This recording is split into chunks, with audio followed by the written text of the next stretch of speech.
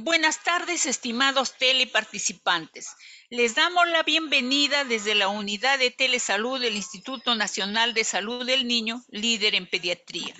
Es un gusto presentarles el día de hoy a la licenciada especialista Rosaria Díaz Ramos, enfermera asistencial del Servicio de Medicina B.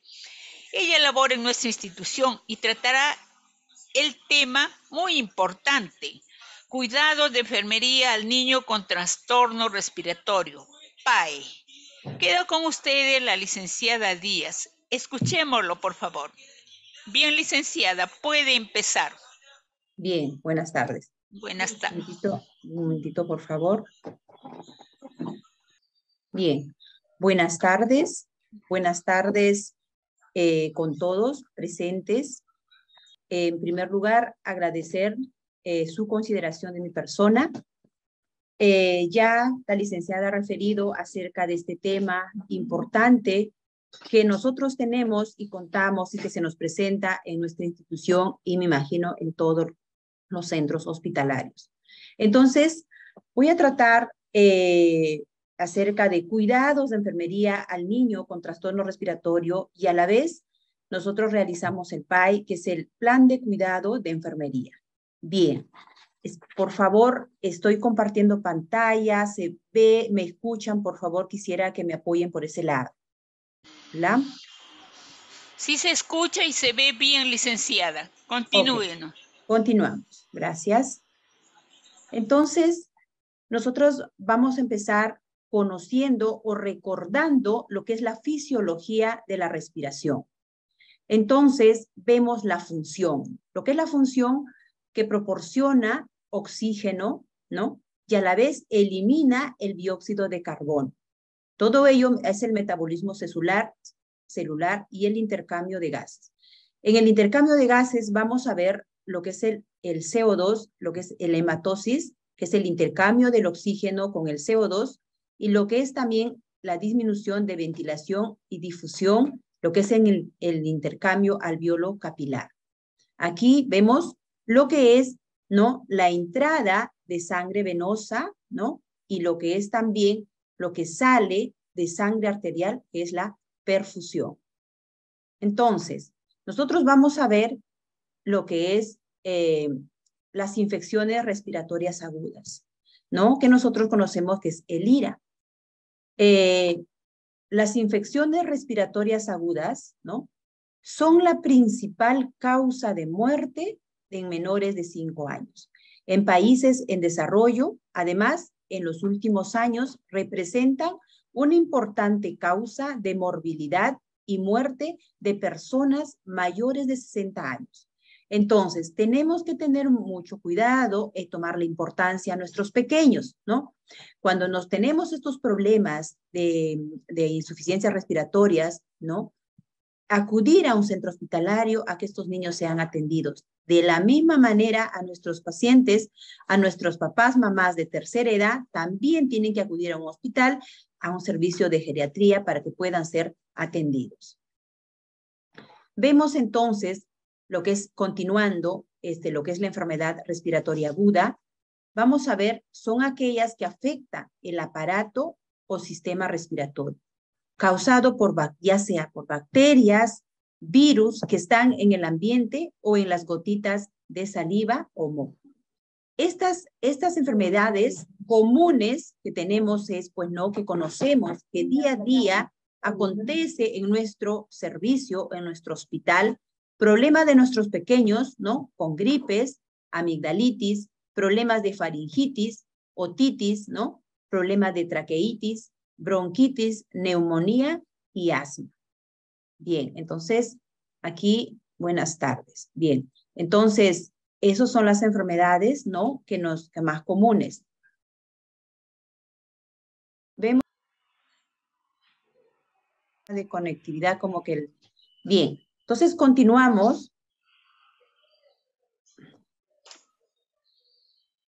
Bien, entonces la insuficiencia respiratoria, ¿no?, es una incapacidad del sistema respiratorio de cumplir su función básica, que es el intercambio gaseoso de oxígeno y dióxido de carbono entre el ambiente y la sangre circulante.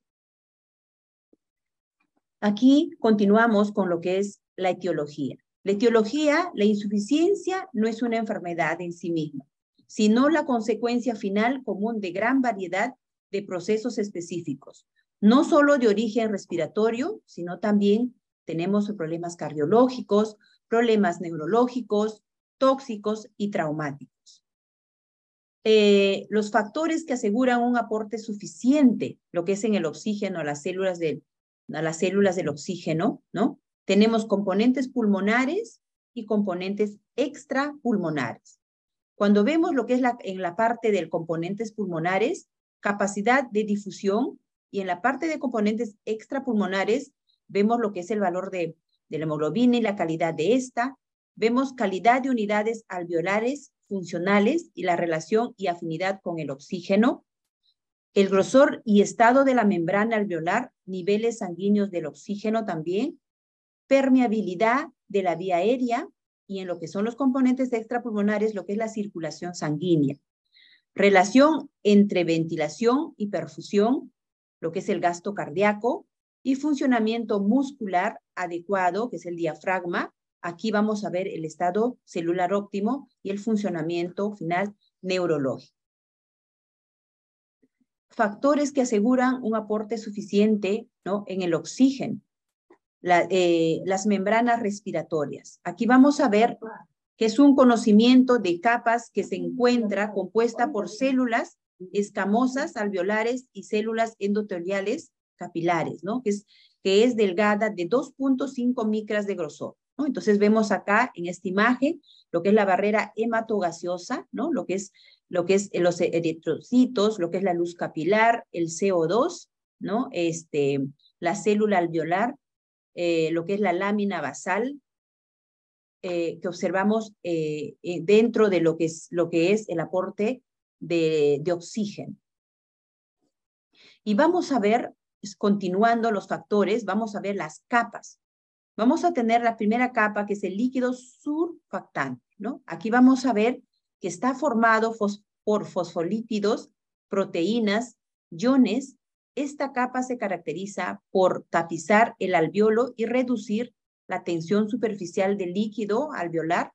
También separa el aire de la capa líquida. Su alteración causa un colapso alveolar, ¿no? Entonces, tenemos el surfactante, esta lámina, ¿no? Lo que es la obstrucción y el colapso alveolar. Continuando, en la segunda capa, vemos el epitelio alveolar. Aquí, esto está formado por células epiteliales delgadas como neumocitos tipo 1 y los neumocitos tipo 2, ¿no? Tenemos igual en esta imagen que nos ayuda la difusión, que es el dióxido de carbono, y lo que es la difusión, que es el oxígeno. Vamos a ver los alveolos y las capas, ¿no? Y dentro de ello también los glóbulos rojos. En la tercera capa vemos que aquí hace referencia a la membrana basal epitelial. Igual mostramos la imagen, ¿no? Aquí lo que es la difusión de oxígeno y la difusión del dióxido de carbono. En la tercera capa, que es la capa intersticial, se encuentra entre el capilar y el alveolo el espacio intersticial, ¿no? Entonces, dentro de ello, como vemos en la imagen capilar sanguíneo, que vemos lo que es el CO2, ¿no? El aire que ingresa y exhala. Vemos el alveolo en esta imagen, lo que es el oxígeno que ingresa, el alveolo pulmonar, y lo que es el CO2, que es el capilar pulmonar. En la quinta capa se denomina membrana basal del capilar o endotelial, ¿no? Acá vemos también lo que es el fenestraciones, lo que son el unión estrecha, ¿no? En esta parte, lo que es la membrana basal y el endotelio. En la sexta capa, el endotelio capilar. Aquí vamos también nombrando, con la ayuda de la lámina, la parte capilar, el macrófago, lo que es el neumocito 2 y el neumocito 1, el alveolo y el septo interalveolar. Vamos avanzando en lo que son los mecanismos fisiopatológicos. Aquí, lo que es la insuficiencia respiratoria. Vamos a ver lo que es el bajo en el FiO2, lo que es la hipoventilación y dentro de ellos lo que es la difusión muscular y la obstrucción de la vía aérea. También hay alteración entre lo que es la ventilación-perfusión, difusión alveolar capilar y el shunt del aire. También vemos los mecanismos fisiológicos, ¿no? O fisiopatológicos, el shunt alveolar, de qué es lo que nos refiere aquí. No es cuando no ingresa el oxígeno, cuando no hay una buena ventilación, cuando la sangre está sin oxígeno y el CO2 que aumenta, ¿no? Aquí vamos a observar nosotros paciente con cianosis, un paciente con asma o con bronquitis o con abundante secreciones. O el alveolo no se distiende por patologías como puede ser lo que es un paciente con fibrosis pulmonar, un enfisema, ¿no? O falta de sufragante, que son los tumores, ¿no? Aquí vamos a ver también lo que es la ventilación-perfusión normal, ¿no? Que es la alveolar, que el oxígeno va a estar en 100 mililitros de mercurio y el CO2 en 40 mililitros de mercurio.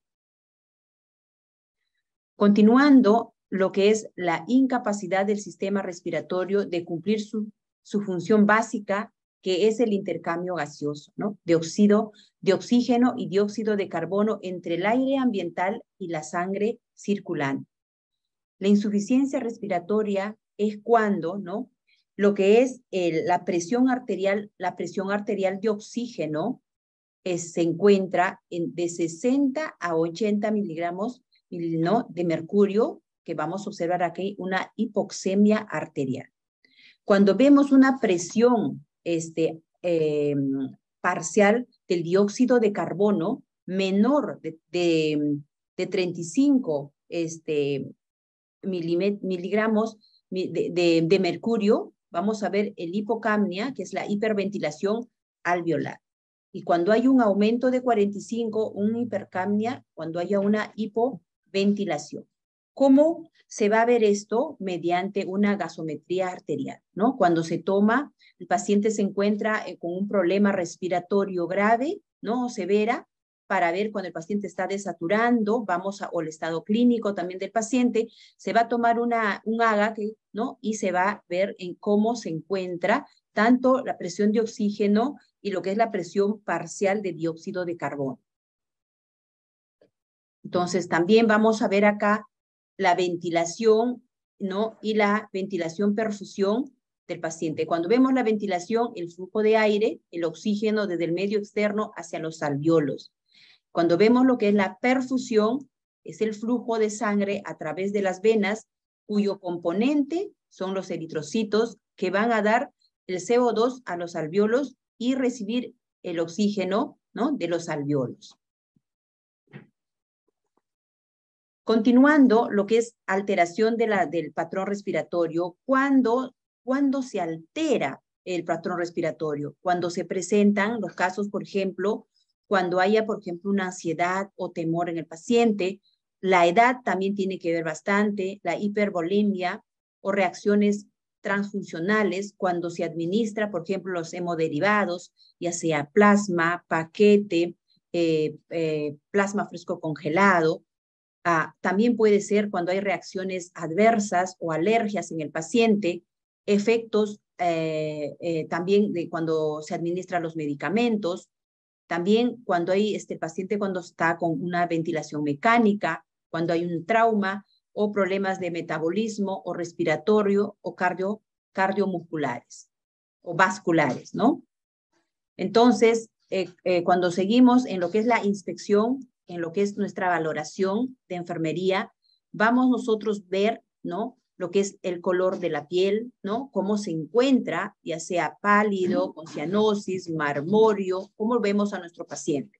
Podemos observar con diaforesis, podemos también el paciente estar con temperatura, ya sea con hipertermia, hipotermia, la frecuencia respiratoria igual, ¿no? Una bradicardia, ¿no? O una confusión de aumento del CO2 también. Continuando, vemos lo que es la frecuencia respiratoria, ¿no? Los signos vitales. Nosotros vamos valorando al paciente. Vamos a ver en ello, ¿no? Que todas nosotras como profesional de enfermería conocemos cómo está la presión arterial del paciente. Está con hipertensión, hipotensión, la temperatura, el estado de ansiedad y temor. Vamos a ver con el oxímetro, ¿no? Cómo está la saturación de oxígeno. De repente también el paciente está con dolor intenso, ¿no? Y vamos a ver también los pulsos periféricos. Continuando, vemos las alteraciones, ¿no? Aquí vamos a ver la alteración o definición o gráfico. Nosotros vamos monitorizando al paciente, ¿no? Con un monitor, ¿no?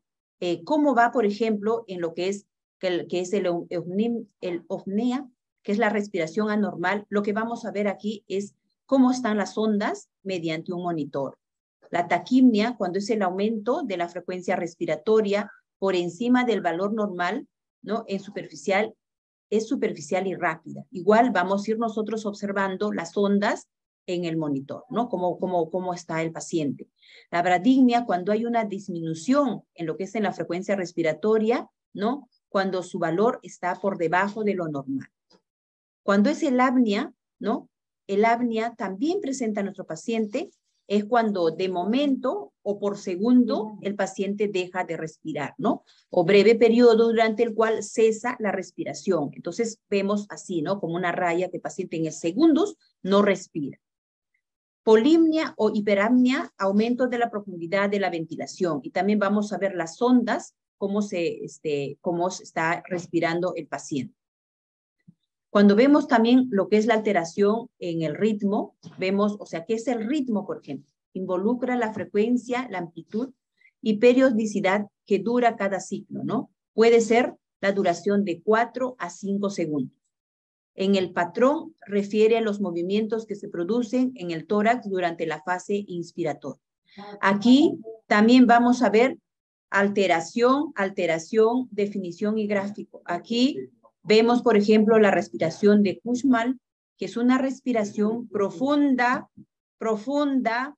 y rápida sin intervalos, ¿no? Vemos en el gráfico, vemos esta respiración, ¿no? Cómo bajan y suban las ondas. Respiración de Klemnis-Stock, incremento progresivo de la inspiración con posterior disminución. Entonces vamos a ver también las ondas, ¿no? En el monitor cómo está oscilando, ¿no? Y vamos verificando y viendo a nuestro paciente. Respiración de Bott, ¿no? Aquí la respiración profunda, rápida, sin ritmo. Y la respiración apneuska, tiempo inspiratorio aumentado con tiempo expiratorio corto y ruidoso, lo que vamos nosotros a observar en el paciente.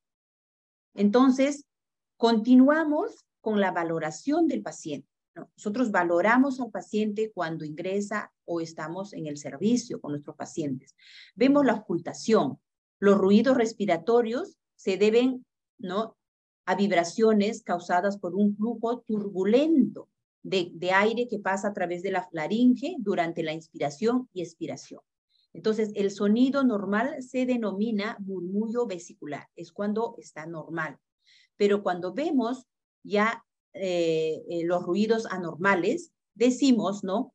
Tiene su nombre y la característica, donde el nombre es un ronchus, bronquios y tráquea, ¿no? Entonces, aquí vamos a ver ronchus, donde es una vibración producida por el choque del aire contra las secreciones, ¿no? Entonces, ocultamos y vamos viendo a nuestro paciente. Podemos también ocultar sibilancias en los bronquiolos, paso de aire, ¿no?, a través de los bronquiolos estrechos que indican broncoespasmos, impactación del moco, ¿no? Entonces, nosotros estamos observando a nuestro paciente y vemos que está desaturando con distrés respiratoria, ¿no? Entonces, el paciente se ha cerrado y escuchamos sibilancias. Entonces, nosotros tenemos que acudir o tenemos que brindar nuestro cuidado frente a este caso que se presenta con nuestro paciente, posición, oxígeno, nebulización, aspiración, ¿no? También vamos a ver ruidos como son los estertores, que son los crépitos, ¿no? Presencia de líquidos en la vía aérea.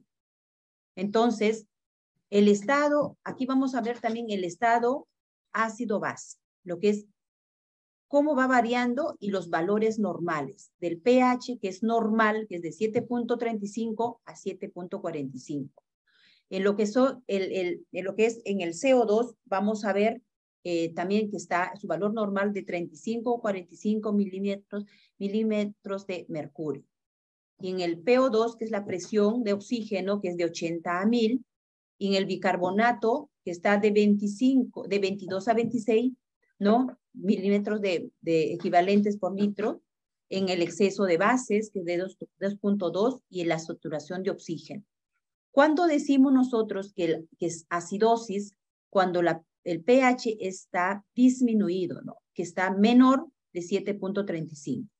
Y vamos a decir alcalosis cuando el pH está mayor de 7.45. Cuando el AGA ha sido tomado y llega al servicio, vemos el resultado y nosotros también sabemos leer, también sabemos decir o ver cómo está nuestro paciente, ¿no? Entonces, para que pueda ser evaluado y nosotros brindar nuestros cuidados. También vamos a ver los diferentes procedimientos por el cual nos ayuda, ¿no? A ver qué problema tiene en la parte respiratoria. Se utiliza un broncoscopio para inspeccionar las vías aéreas en búsqueda de anomalías, como nos ayuda en esta imagen, ¿no? El broncoscopio. También por una cateterización de Swan-Ganz, también es un medio de cateterización. Vemos también la capnografía. Entonces, por todos estos medios es de ayuda. Entonces, ahora vamos a pasar, viendo lo que es la parte de fisiopatología, etiología de lo que es el problema respiratorio, vamos a ver lo que es el proceso de atención de enfermería en un paciente preescolar con insuficiencia respiratoria crónica, basado en patrones funcionales de Mario Origordo. Entonces, vamos a ver primero nuestro caso clínico de nuestro paciente. Entonces, este caso es un caso real, porque tenemos pacientes con estos problemas en nuestros servicios. Es así que tenemos un paciente, ¿no?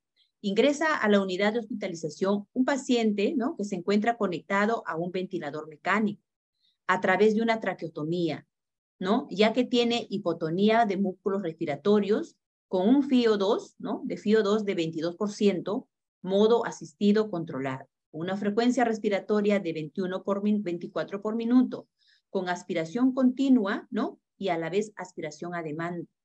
Tenemos ausencia de reflejo de succión y de eglusión. Portadora de gastrostomía para su alimentación. Solo le permite percibir alimentos licuados, ¿no? Como el paciente está por gastrostomía, entonces vamos a pasarle por ahí su dieta, ya sea la fórmula y su dieta licuada, ¿no? El paciente permanece en reposo absoluto, ya que no se puede movilizar. Posee un colchón antiescaras, pero usualmente no usa pañal, siendo un factor, ¿no? De riesgo para la humedad y tiempo de permanencia. También podemos observar que el paciente tiene dificultad para realizar actividades, solo puede mover los dedos de las manos y esto no le permite realizar otras actividades. Y solo se distrae viendo un tablet, el cual no requiere esfuerzo. También se observa rubicundez marcada cuando se realizan los procedimientos, ¿no? O el paciente se irrita o a veces la mamá es dependiente de la mamá, se retira, vemos estas características en el paciente. Hay incremento de frecuencia cardíaca, también se realizan cateterismo vesical por retención urinaria. Se toma urocultivo, ¿no? Con un resultado positivo de Escherichia coli.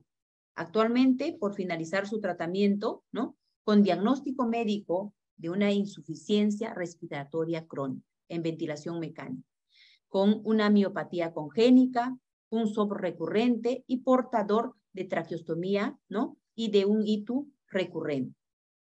Entonces, nosotros tenemos nuestro caso clínico, tenemos nuestro paciente y nosotros vamos a hacer la valoración solamente de los patrones alterados, ¿no? Solamente de lo que nosotros observamos en nuestro paciente y cuáles son los patrones que están alterados. En este caso, el patrón nutricional metabólico. Entonces, pretende conocer el consumo de alimentos y líquidos de la persona en relación con sus necesidades metabólicas, portadora de gastrostomía para su alimentación, solo le permite percibir alimentación licuada, ¿no? Y en el patrón 3, que es el patrón de eliminación, aquí se realiza pues cateterismo vesical por retención urinaria, se toma urocultivo con resultado positivo de Escherichia coli. Actualmente, ¿no? Como les refería, es por finalizar el tratamiento. En lo que es el patrón 4, en actividad y ejercicio, se observa el paciente, ¿no? Se encuentra conectado a ventilador mecánico por traqueostomía, por su hipotonía muscular respiratorio, con un FiO2 de 22%, modo asistido controlado, con una frecuencia respiratoria de 21 por minuto. También podemos observar que el paciente tiene dificultad para realizar actividades. Solo puede mover los dedos de manos y esto no le permite realizar actividades y solo se distrae, como se refiere, viendo su tablet, el cual no requiere esfuerzo físico. Tenemos también otro patrón alterado, que es el patrón 10, adaptación, tolerancia al estrés. También se observa rubicundez marcada cuando se realizan procedimientos, ¿no? Procedimientos con el paciente y hay incremento también de frecuencia cardíaca. Y el otro patrón 11, que son valores y creencias. Aquí con aspiración continua de secreciones por ausencia de reflejo de succión, deglución, portadora también de traqueotomía, el paciente permanece en reposo absoluto, ya que no se puede movilizar, posee pues un colchón antiescaras para evitar, ¿no?, que se forme en un UPP o lo que son las escaras, ¿no?, por zona de presión. Entonces, como nosotros tenemos nuestro caso clínico, hemos valorado, entonces realizamos nuestro diagnóstico de enfermería basado en el NAN, ¿no? Nos hacemos nuestra etiqueta diagnóstico, ¿no? Utilizando el NOC, el NIC. Entonces, decimos acá, empezamos a utilizar los dominios, clase. Entonces, tomamos el dominio 4, que es actividad y reposo. En la clase 4, que es respuestas cardiovasculares pulmonares. Entonces, nuestros diagnósticos, como sabemos, son codificados. Tienen número, o sea, tienen código. En este caso, es el 0033, que es ventilación espontánea, relacionado a fatiga de los músculos respiratorios, ansiedad, hiperventilación y fatiga, manifestado por o evidenciado por a las características definitorias, o quiere decir a los signos y síntomas que presenta el paciente. Entonces aquí vemos disnea, aleteo nasal, bradypnea, taquipnea y uso de los músculos accesorios para respirar. Entonces nosotros nos trazamos un objetivo, ¿no? Un logro de resultado que es el no. Aquí vamos a ver el dominio 2, que es salud, ¿no? Salud fisiológica. Vemos la clase E, que es cardiopulmonar, y el estado respiratorio, ventilación, codificado, que es el 0430. Vemos los indicadores en el cual vamos a nosotros medir, ¿no? Que es, por ejemplo, en los indicadores vemos lo que es la frecuencia respiratoria, codificado, el ritmo respiratorio, vamos a ver la profundidad de la respiración, la utilización de los músculos accesorios. También vamos a ver lo que es disnea en reposo y expansión torácica, lo que es la asimetría. Entonces nosotros vamos a decir en cuánto, por ejemplo, en el problema le encontramos para medir con la escala de Likert en cuánto estamos encontrando a nuestro paciente y luego al final vamos a hacer la evaluación. En este caso, todo lo encontramos en una puntuación de 2, ¿no? Y al final nosotros decimos cómo queremos lograr, ¿no? Entonces, cómo está quedando nuestro paciente después de nuestro trabajo de las 12 horas que hemos trabajado. Entonces nos vamos a lo que son las intervenciones de enfermería, que es el NIC, ¿no? El NIC son las intervenciones, las actividades que nosotros realizamos. Aquí vemos lo que es la parte de oxigenación con el 3203. Vamos a ver lo que es la ventilación mecánica, la monitorización de los signos vitales y el manejo de la vía aérea. Entonces, dentro de nuestras actividades, nosotros tenemos que, o sea, nosotros hacemos mucho por nuestros pacientes, pero lo que nos falta es, nosotros es escribir, plasmar nuestras funciones de lo que nosotros hacemos día a día, hora a hora. Entonces, en este caso, nuestra actividad va a ser mantener la permeabilidad de las vías aéreas fomentando la tos o por aspiración, ¿no? En este caso, con nuestro paciente, por ejemplo, tenemos que aspirar según la necesidad del paciente y nuestro paciente se encuentra con una aspiración continua. Administrar oxígeno según prescripción médica, ¿no? Comprobar periódicamente que se administre el flujo o concentración de oxígeno prescrita, cuánto es que necesita el paciente, ¿no? Ya sea flujo alto, flujo bajo. Expresiones verbales de incapacidad para tener relaciones sexuales, controlar la eficacia de la oxigenoterapia. ¿Cómo lo vamos a controlar? Con lo que es el pulso, ¿no? Con el pulsometría, con el oxímetro de pulso, vamos nosotros controlando con un AGA para ver cómo va nuestro paciente. Observar si aparece ansiedad relacionada con la necesidad de oxigenoterapia, ¿no? A veces el paciente cuando tiene esa dificultad para respirar, tiene las vías aéreas obstruidas, se encuentra ansiosa, desesperada, ¿no? Empieza las funciones vitales a no estar en los parámetros normales. Proteger las zonas de la piel que se pueden lesionar por fricción del sistema de oxígeno, ¿no?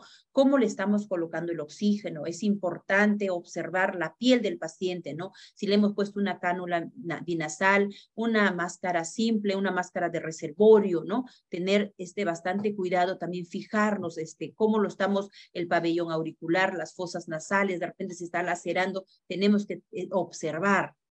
Proporcionar sistema, ¿no? Alargaderas, dice, que facilite la movilidad y enseñar al paciente cuidar de ello, ¿no? Proporcionar oxígeno durante los traslados, ¿no? Cuando tenemos un paciente con insuficiencia respiratoria o con dificultad respiratoria, ¿no? Tenemos que, por ejemplo, de trasladar a un paciente para un procedimiento o de un lugar a otro con oxígeno. Esos minutos que no tiene el oxígeno es muy importante para el paciente. Enseñar al paciente o al cuidador también a manejar lo que es la oxigenoterapia. Entonces, vamos al final si se logró el objetivo, el NOC, ¿no? Lo que es mantener el estado respiratorio. También tenemos aquí al final los indicadores, que es la frecuencia respiratoria, el ritmo respiratorio, la utilización de los músculos, la disnea en reposo y expansión torácica. Como nosotros encontramos a un paciente en un puntaje de 2, lo que queremos es mejorar con todos nuestros cuidados para al final dejar en una puntuación mayor, que es 4.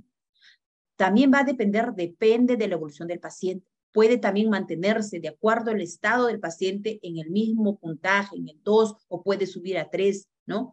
O de repente, si nosotros no hacemos nuestros cuidados, nuestras intervenciones, puede también disminuir y llegar a 1, que el paciente esté grave.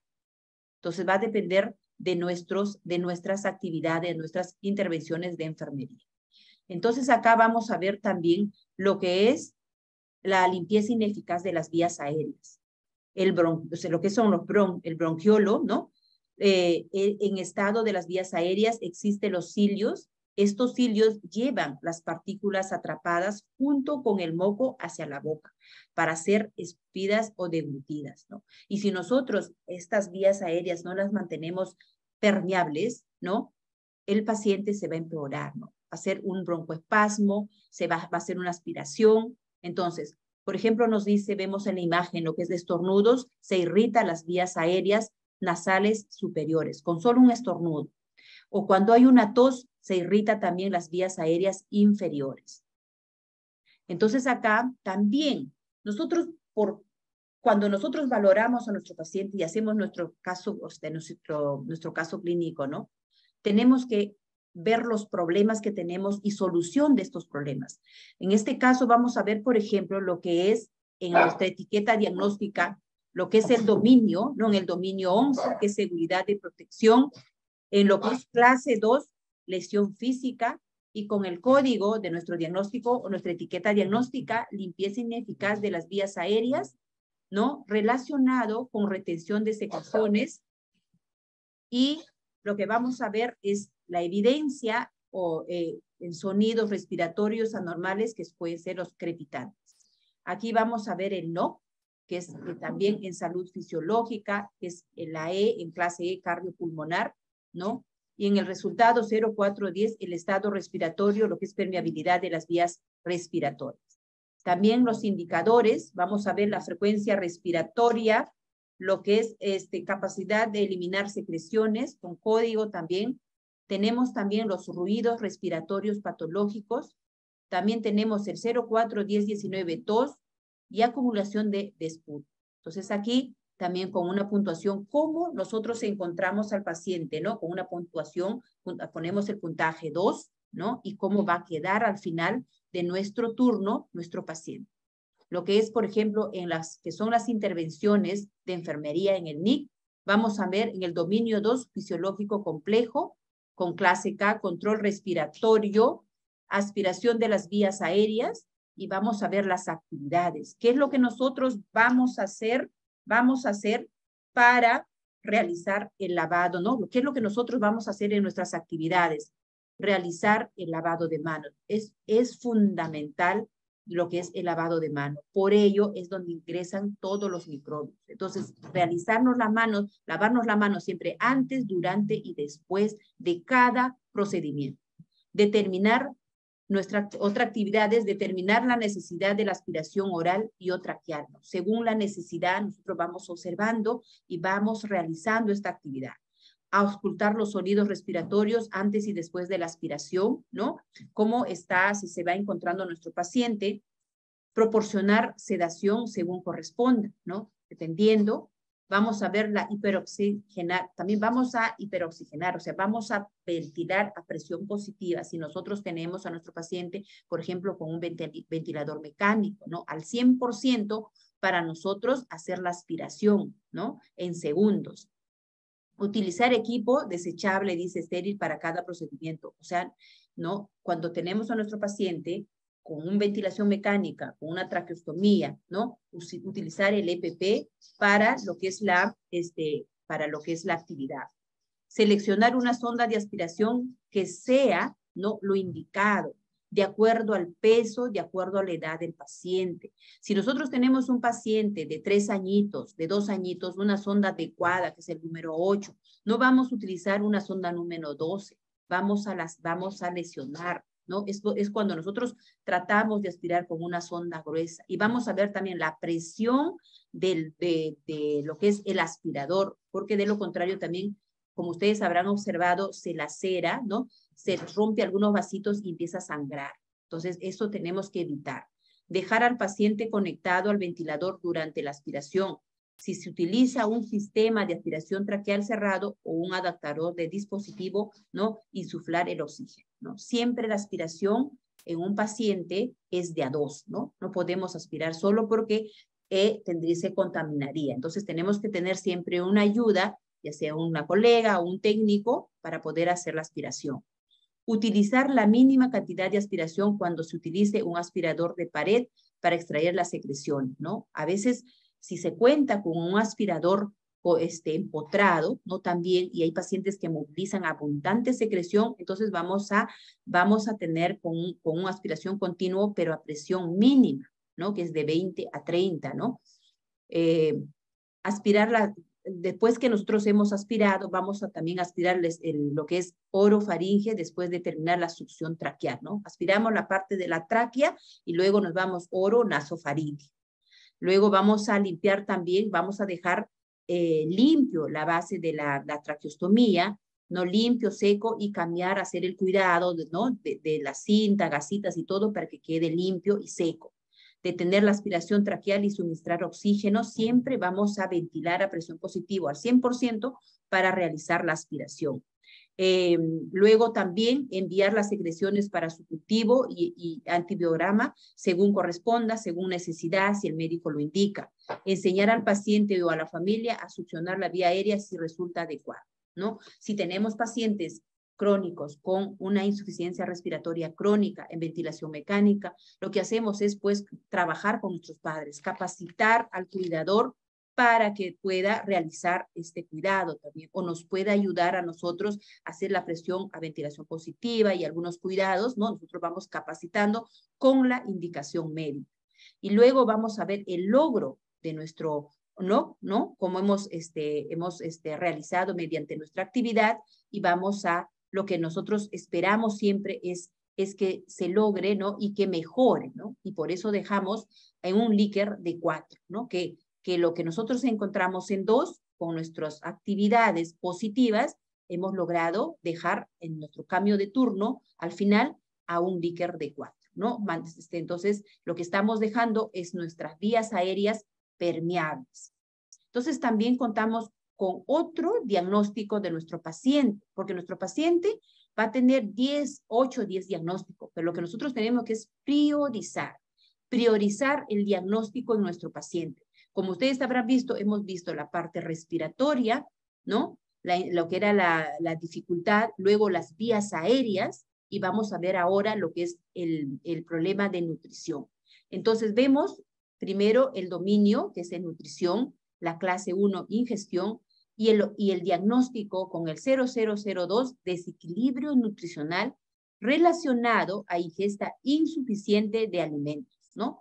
Evidenciado en la pérdida progresiva de peso, ¿no? Eso nosotros vemos, lo que es la evidencia es lo que nosotros observamos, son signos y síntomas de nuestro paciente. Entonces decimos, ¿qué es lo que voy a hacer, no? Entonces nos trazamos un objetivo, vemos lo que vamos a ver es el resultado esperado, que es el no. Entonces, en el dominio 2, salud fisiológico, con clase K, que es digestión y nutrición, el resultado es el estado nutricional. Entonces, también vemos los indicadores, ¿no? Que es con codificado, que es energía, fuerza al apretar la mano, lo que es el tono muscular y lo que es la resistencia. Entonces, encontramos a nuestro paciente con un puntaje de 2, ¿no? Y lo que vamos a querer nosotros es mejorar, ¿no? Mejorar. Entonces, vamos en nuestro NIC, el dominio 1, que es fisiológico básico, en el clase D, que es apoyo nutricional, y lo que es en el 1056, alimentación por una sonda, por ejemplo, por una sonda enteral. Las actividades que vamos a realizar para mejorar, ¿no? De acuerdo a nuestro diagnóstico y lograr el objetivo o el resultado que es el NOC, es observar si hay presencia de sonidos intestinales cada 4 a 8 horas según corresponde. Vamos a vigilar el estado, ¿no? De líquidos y electrolitos, cómo van, qué resultados tiene, consultar con otros miembros del equipo ¿no? que cuida acerca de la sección de lo que es la concentración de la alimentación, si está tolerando, de repente no está tolerando el paciente, hay residuos de repente, elevar, ¿no? Lo que es la cabecera del paciente en una posición de 30 a 45 grados durante la alimentación, ¿no? Porque se nos puede aspirar, lo que nosotros tenemos que es evitar. Al finalizar la alimentación, esperar de 30 a 60 minutos, dice, antes de colocar al paciente con la cabecera en posición de clean, ¿no? Porque para evitar que vomite el paciente. Irrigar la sonda cada 4 o 6 horas durante la alimentación continua y después de cada alimentación intermitente, ¿no? Vamos a hacerle, siempre que nosotros le pasamos la leche o el licuado, tenemos que pasarle unos 10 centímetros de agua. Comprobar la existencia de residuos, ¿no? A veces el paciente está indicado cada 3 horas o 4 horas, de acuerdo al peso, de acuerdo al paciente, y nosotros vamos a comprobar antes de administrarle la leche, tenemos que ver si hay residuo gástrico o no para poder nosotros actuar, ¿no? Observarlo en reposo o de repente dejarle por 1 hora, de repente en reposo, y si continúa con el residuo, comunicar al médico y él quien nos va a indicar de repente ya dejarlo en NPO, ¿no? Iniciar una hidratación. Lavar la piel alrededor de la zona de contacto del dispositivo, ¿no? Siempre va a estar limpio y seco. Observar si hay presencia de sonidos intestinales, ¿no? Cada 4 a 8 horas, según proceda. Comprobar el peso, ¿no? Donde el paciente dice 3 veces a la semana para ver si está aumentando, se mantiene o está disminuyendo, ¿no? Eso lo vamos a hacer el control durante 1 mes.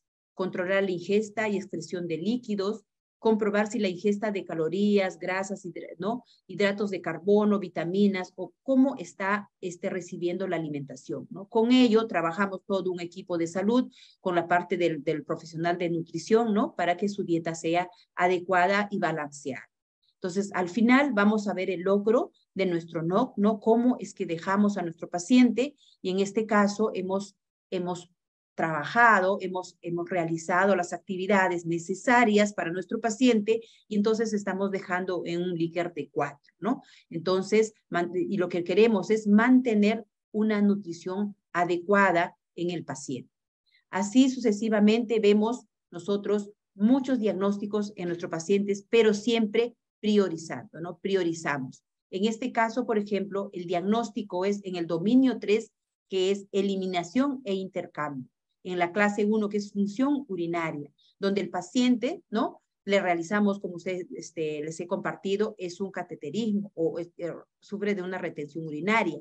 Entonces, nuestro código es el 0023, retención urinaria asociada a discapacidad, ¿no?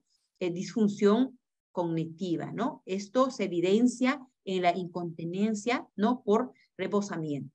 Entonces, a ello nosotros vemos nuestro NOC, que es nuestro dominio 2, salud fisiológica, clase F, eliminación, lo que es el 0503, eliminación urinaria.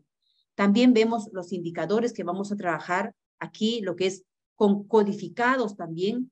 Vamos a ver lo que es la parte de la vejiga, si está vacía o está llena, ¿no? Aquí lo que es la cantidad de orina, retención urinaria, lo que es la incontinencia urinaria. Tenemos un Likert de 2, ¿no? Con ello encontramos a nuestro paciente y lo que vamos a lograr es mejorar o mantener, ¿no? Durante el turno que estamos trabajando. Entonces, en nuestro NIC vamos a ver en el dominio 1, fisiológico básico, en clase B, control de la evacuación y cuidados de la incontinencia urinaria. En nuestras intervenciones, ¿no? Y en nuestras actividades, dentro de nuestras actividades tenemos actividades independientes que dependen de la enfermera de uno y las actividades dependientes de lo que a nosotros, por ejemplo, el médico indica y nosotros tenemos que realizar, ¿no? Entonces, identificar las causas multifactoriales que producen incontinencia, como es lo que es la diuresis, el patrón miccional o función cognitiva, ¿no? Estos problemas urinarios, ¿no? O los residuos que presentan, ¿no? Explicar la etiología del problema y el fundamento de las acciones. Vamos a monitorizar lo que es la eliminación urinaria, incluyendo la frecuencia, la consistencia, las características, el olor, el volumen y el color de la orina. Limpiar la zona dérmica, ¿no? Genital a intervalos regulares, cada cambio de pañal, ¿no? Para evitar que pues se presente un eritema también perineal, ¿no? Lo que vamos a hacer es evitar obtener muestras de orina para un cultivo y antibiograma, ¿no? Si es necesario, si el médico lo indica, ¿no? Nosotros vamos a recolectar e enviar al laboratorio y ver luego el resultado. Remitir al especialista en continencia, en lo que es, ¿no? Nosotros vamos también informando al médico de cómo vamos observando al paciente. Modificar la vestimenta y el ambiente para facilitar el acceso del baño, ¿no? Nuestro baño va a ser integral, diaria, y lo que es siempre estar observando. Por ejemplo, si nosotros ingresamos en la mañana, mi paciente le cambiamos el pañal y no ha miccionado, ya se llegan las 12 del día, tenemos que ir observando, no miccionó, entonces ya son las 4 de la tarde, no puede ser que se hayan pasado 8 horas y nuestro paciente no haya presentado, no tengamos micción orina en nuestro paciente, ¿no? Tenemos que estar evaluando o cuidando, mirando siempre para ver, para detectar qué pasa con nuestro paciente. En este caso puede tener una retención urinaria, una incontinencia, y el paciente también empieza a fastidiarse, a irritarse por su problema, ¿no? Entonces se descompensa el paciente. Si nosotros no estamos pendientes de nuestro paciente con nuestras actividades, con nuestro cuidado, nuestro niño se descompensa, ¿no? Entonces vamos a ver resultados esperados del NOC, ¿no? Lo que es igual en lo que es el dominio 2, salud fisiológica en el clase F, eliminación, y el 0503, eliminación urinaria. Con un puntaje hemos logrado que en el turno, con nuestro cuidado, a una puntuación de 3. Y lo que queremos es mejorar la eliminación urinaria en el paciente. Y después vamos también avanzando en el caso de nuestra etiqueta diagnóstica, que es disminución, ¿no? De la tolerancia a la actividad relacionada con desequilibrio entre el aporte y demanda de oxígeno, ¿no? Problemas circulatorios, manifestado por una debilidad generalizada, que es disnea, el esfuerzo, fatiga, frecuencia cardíaca, anormal en respuesta a la actividad. Aquí vamos a ver también nuestro NOC, que es el Salud Funcional 1, que es el dominio, clase A, mantenimiento de la energía, y en el resultado, lo que es la tolerancia de la actividad. Nos vemos estos indicadores, ¿no? Por ejemplo, la saturación de oxígeno en respuesta a la actividad, la frecuencia cardíaca también, en respuesta de la actividad, de la misma manera, la frecuencia respiratoria, vemos la presión arterial sistólica en respuesta de la actividad, la diastólica de la presión también, cómo va en el paciente, y encontramos con un puntaje de 2. Y realizamos aquí nuestras actividades en lo que es intervención de enfermería en el NIC, ¿no? Vemos qué actividades a realizar para mejorar o para lograr el objetivo en nuestro paciente. Entonces, en las actividades vamos a determinar los déficits del estado fisiológico que produce fatiga, seleccionar intervenciones para reducir la fatiga combinando medidas farmacológicas y no farmacológicas. Nosotros vamos a ver qué es lo que nosotros vamos a hacer para poder mantener o disminuir el estado que se encuentra el paciente.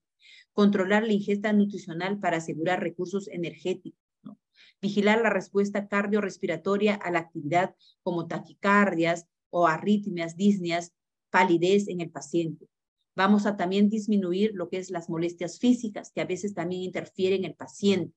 Ayudar en las actividades físicas, de repente, en caso que, por ejemplo, del paciente que se moviliza, ¿no? En deambulación, en cambios, pero en nuestro paciente que tenemos con postrado, lo que vamos a hacer son los cambios posturales, ¿no? Cada 2 horas, ¿no? Para evitar las zonas de presión, ¿no? Cuidado personal. Controlar la administración y efecto de los estimulantes y sedantes. Controlar la respuesta de oxígeno del paciente, ¿no? La frecuencia cardíaca, el ritmo cardíaco, lo que es la frecuencia respiratoria. Limitar los sonidos de ambiente. En estos pacientes también tenemos que cuidar a veces la luz, los ruidos, que es molestia para el paciente. Y a veces con la luz o los ruidos fuertes, el paciente se altera. Empieza los parámetros de las funciones vitales se alteran, ¿no? Ofrecer ayuda para favorecer el sueño, ¿no? Tratar de distraer al paciente con músicas, de repente, y en algunos casos de los pacientes que no pueden conciliar el sueño, tienen ayuda de algunos medicamentos, ¿no? Prescritos por el médico. Instruir al paciente, ¿no? A la familia también en lo que es en el afrontamiento para disminuir la fatiga, ¿no? Tratar de ayudar en ello. Y lo que es, nosotros tenemos que también, sobre todo, en ellos colaborar con nuestra empatía, nuestro trato humano, nuestra paciencia con nuestros pacientes. Y al final vamos a lograr el objetivo con nuestros cuidados, los indicadores van a mejorar, pero en este caso a veces si nosotros, con todo ello que nosotros hacemos, nuestras actividades, no siempre logramos un alto puntaje, ¿no? Llegamos a 3 o 4 hasta 5, que es nuestro puntaje, sino al menos tratamos de que se mantenga, ¿no? Y en este caso se mantiene la puntuación, el escala de Likert en 2, ¿no? Como encontramos, hemos tratado de hacer lo posible, pero logramos tratamos, ¿no? De que sea mejor la tolerancia de la actividad. Entonces, hemos logrado a una puntuación de Likert de 2. Entonces, ya casi final, ¿no? Vamos a ver lo que es el dominio, ¿no? 9, afrontamiento de tolerancia al estrés, clase 2, respuesta de afrontamiento, y lo que es en todos los pacientes con este problema es la ansiedad, ¿no? La ansiedad relacionado con amenaza para el estado actual, y lo que se va a observar, ¿no? Es lo que es el nerviosismo. Aquí, trabajar en el NOC, lo que vamos a lograr, por ejemplo, es el dominio 3, salud psicosocial, en clase M, bienestar psicológico, y en el 12-11, nivel de ansiedad. Con los indicadores que tenemos codificados, nerviosismo, vamos a ver ansiedad, ¿no? Y inquietud. Con un puntaje de 2, encontramos a nuestro paciente. Lo que nosotros queremos es mantener el nivel de ansiedad adecuado. Entonces, mediante nuestras actividades o las intervenciones del NIC, vamos a ver en el dominio 3 conductual, clase R, ayuda para el afrontamiento, y el 5270, apoyo emocional. Entonces, en nuestras actividades, proporcionar apoyo durante la fase preoperatoria, permanecer y proporcionar seguridad durante los periodos de más ansiedad, ¿no? Tenemos que, nosotros, como les refiero, estar cerca de ellos, a veces prestarles distracciones o facilitar al cuidador, a la mamá, papá, de repente que lo acaricie, que lo cargue, ¿no? Evaluar la ansiedad del paciente y de la familia respecto a la cirugía, describir la rutina preoperatoria, ¿no? Una anestesia, dieta, exámenes preoperatorios. En la parte del laboratorio, ver lo que es la preparación de la piel, terapia, ¿no? Lo que es la vestimenta y la zona. Vamos a también esperar que la familia, el traslado, o sea, vamos siempre, si nosotros, por ejemplo, en este caso, a veces el paciente están ansiosos por ir a un procedimiento, tenemos que acompañarles. Y también nos refieren, por ejemplo, si un paciente de alguna manera se da cuenta, es consciente, llevarle con el objeto que el paciente lo tiene, ya sea tiene un muñeco, un osito, no dejar que se quede en el servicio, sino llevarlo hasta donde ingrese al preoperatorio, hasta la sala, hasta donde nosotros dejamos con algo que él quiere, ¿no? No quitárselo antes, porque lo que vamos a hacer es hacer que se vea, que se encuentre el paciente más lloroso, irritable o ansioso, ¿no? Vamos a complicarle más.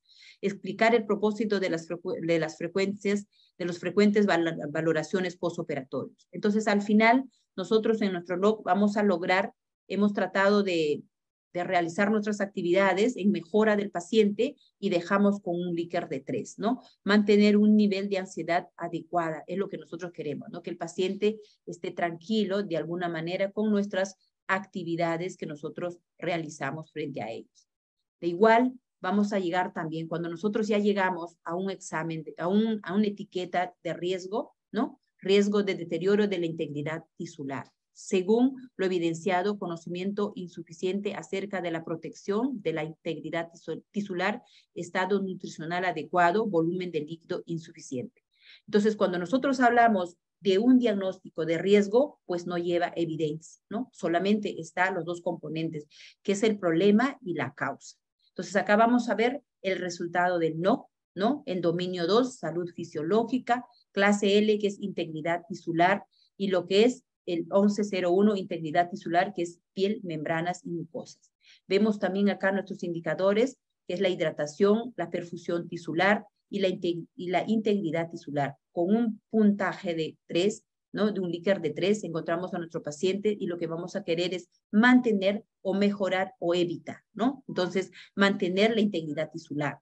Entonces, en nuestras actividades vamos a vigilar el color y la temperatura de la piel, observar si hay excesiva humedad, sequedad o humedad en la piel, documentar los cambios en la piel y los mucosas, ¿no? Lo que nosotros acá es nuestras actividades para evitar, ¿no? Vamos a mantener la piel íntegra, entonces nuestros cambios posturales, ¿no? Estar colocando rodetes para evitar que haya una zona de un UPP en nuestro paciente. Entonces, en nuestros cuidados, en el no, vamos a lograr, ¿no? Que al final a un Likert de 4 y vamos a dejar a nuestro paciente o vamos a mantener la integridad tisular adecuada, ¿no? En el turno que hemos realizado. Al final, y concluyendo, tenemos más diagnósticos en nuestro paciente, solo sean priorizados, ¿no? Entonces vamos a terminar que en la valoración como fase inicial del proceso se logró conocer más a fondo las necesidades del paciente, cumpliendo las 4 etapas de enfermería. Estos cuidados pueden contribuir a disminuir los factores de riesgo de morbilidad y mortalidad en la persona. Nuestras 4 fases de nuestro proceso de atención de enfermería, conocemos y vamos a recordar que es nuestra valoración, diagnóstico de enfermería, ejecución, intervención, ejecución. Entonces, la insuficiencia respiratoria crónica es un síndrome caracterizado por la disminución de la presión arterial de oxígeno de forma mantenida con o sin disminución de la presión arterial de dióxido de carbono. El mantenimiento de la hipoxemia va a desencadenar la aparición de unos mecanismos compensadores en un intento de mantener estable la oferta de oxígeno a nivel tisular. En caso de que no se corrija la hipoxemia, estos mecanismos compensadores a largo plazo tendrán consecuencias tales como la aparición, ¿no? de repente de algún poliglobulinia, entre otras. Es frecuente que en estos pacientes con enfermedades crónicas se produzcan agudizaciones de su enfermedad de base, ¿no? Que se puedan descompensar la situación de insuficiencia respiratoria crónica, precisando de un aumento de aporte de oxígeno y o ventilación, ¿no? Los pacientes con este problema de insuficiencia crónica no sabemos cuánto tiempo pueden padecer. Según literatura dicen de 10 a 20 años, pero puede ser menos o más, ¿no? Entonces es cuestión cómo evoluciona el paciente, cómo reacciona o qué resultado da al tratamiento, a los cuidados que damos día a día. Bien, queridos participantes, hasta aquí he tratado de hacerles llegar este tema que es bastante importante. Dejo a ustedes sus preguntas que tengan hacia mi persona. Gracias. Muy bien, licenciada. Nos han llegado algunas preguntas que le voy a transmitir. Dice, ¿cuál es la diferencia entre la enfermedad respiratoria aguda y la enfermedad respiratoria crónica? Bien, entonces decimos, ¿no? Cuando hablamos de la enfermedad respiratoria aguda, ¿no? Esto aparece, ¿no? Aparece y tiene una duración limitada. Vemos, por ejemplo, aquí las enfermedades respiratorias agudas, como es la amigdalitis, la faringitis o un distrés respiratorio. Con un tratamiento oportuno, adecuado, pues su mejoría o su recuperación va a ser pronta. En este caso, en lo que es en la insuficiencia respiratoria aguda. Pero cuando nosotros vemos lo que es la insuficiencia respiratoria crónica, ¿no? En estos pacientes son las enfermedades crónicas, ¿no? De las vías aéreas y otras estructuras del pulmón. Entonces, como puede ser, por ejemplo, el asma o la enfermedad que conocemos, el EPOC, que es una enfermedad pulmonar obstructiva crónica, o una hipertensión pulmonar, ¿no? Entonces, en estos pacientes, como les refiero, puede durar de 10 a 20 años, ¿no? De acuerdo que nosotros con el cuidado, con el tratamiento que se brinda, ¿no? Puede, de repente, como le digo, durar tantos años o de repente que pueda fallecer a más temprana años, ¿no? Entonces, pero son de cuidado estos pacientes con esa diferencia. Bien, licenciada. Nos ha llegado otra pregunta. ¿Para qué se utiliza el NOC y en qué momento se utiliza el NIC? Bien, entonces nosotros trabajamos en el plan de cuidado de enfermería, tenemos, como les he referido, tenemos nuestro NOC, que es una terminología y unos criterios estandarizados. Lo que nosotros queremos hacer con el NOC es lograr el objetivo. El NOC nos sirve para obtener resultados esperados, ¿no? De lo que nosotros vamos a realizar nuestras actividades, ¿no? De nuestras intervenciones. También el NOC nos sirve para evaluar los resultados, ¿no? Del cuidado de enfermería. Eso es el NOC, es el resultado esperado. Y lo que es el NIC, ¿no? El NIC es un lenguaje también normalizado y global. En el NIC nosotros nos sirve, ¿no? Para comunicarnos, ¿no? Para realizar nuestras actividades, de lo que nosotros queremos lograr y para que nuestros pacientes se mejoren, ¿no? Por ejemplo, si nosotros tenemos, por ejemplo, un paciente que tenemos con problemas de insuficiencia respiratoria como tal y necesitamos lograr que el paciente mejore en lo que es la oxigenación, tenemos que, por ejemplo, colocarle el oxígeno, posición adecuada, el tratamiento de corticoides, inhalaciones, aspiración de secreciones, ¿no? Entonces, eso es el NIC, ¿no? De que nosotros nos sirve para realizar nuestras intervenciones y o actividades de enfermería. Bien, licenciada. Ya no tenemos más preguntas por el momento. Gracias, licenciada, por su valiosa participación en las telecapacitaciones en bien del personal de salud, sobre todo del personal de enfermería. Por favor, sus palabras finales al público presente. Bien, en primer lugar, gracias por su tiempo. El tiempo de cada uno de nosotras es válido. Nosotros como personal de salud nos dedicamos no solamente como enfermeras, tenemos muchas carga laboral, ¿no? Ya sea familiar, etcétera, ¿no? Entonces, lo que sí es importante que nosotros estemos actualizándonos o estemos recordando, ¿no? Estemos recordando porque estos temas, sobre todo, el PAE para nosotros enfermeras es sumamente importante, el proceso de atención de enfermería. Lo llevamos desde la etapa inicial de nuestro pregrado y hasta ahora que nosotros estamos trabajando como asistencial es nuestro día a día. Es importante conocer y saber nuestro plan de cuidado, nuestra etiqueta diagnóstica, según NANDA, nuestro NICNO, nuestras indicadores e evaluación final. Lo único que les diría es que nosotros siempre estemos pues para poder estar a la altura de todo el equipo de salud. Gracias. Muy bien, licenciada, gracias nuevamente. También agradecemos a quienes se conectaron con nosotros y le recordamos que este tema queda colgado en la página web y canal de YouTube de Telesalud del Instituto Nacional de Salud del Niño, donde pueden revisarlo libremente. Muy buenas tardes a todas.